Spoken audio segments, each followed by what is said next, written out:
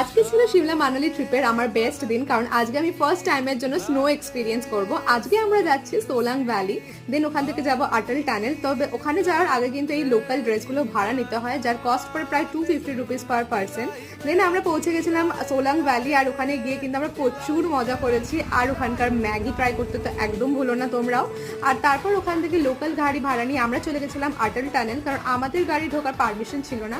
আজকে আমি তো বহুত খুশি ছিলাম, কারণ এই জায়গাটা যাওয়ার জন্য অনেক দিন ধরে অনেক প্ল্যান ট্যান করার পরে এটা অনেক সাকসেসফুল হয়েছে। যাই হোক, আর এখানে দেখো আমি শাহরুখ খানওয়ালা পোজ দিচ্ছিলাম, এটা তো ম্যান্ডেটারি। তারপর ওখান থেকে আমরা চলে আসি সোলাং ভ্যালির মেন গ্রাউন্ডে, মানে যেখানে স্নো অ্যাক্টিভিটিসগুলো হয়। আর এখানে এসে আমরা সবাই ডিফারেন্ট ডিফারেন্ট স্নো অ্যাক্টিভিটিসগুলো ট্রাই করছিলাম। আর এদিকে আমি স্কি করতে গিয়ে তো বারবার পড়ে যাচ্ছিলাম। অ্যান্ড অনেক অনেক ট্রাই করার পর ফাইনালি আমি এইটুকানি স্কি করতে পেরেছি, যেটা তোমরা দেখতেই পাচ্ছ।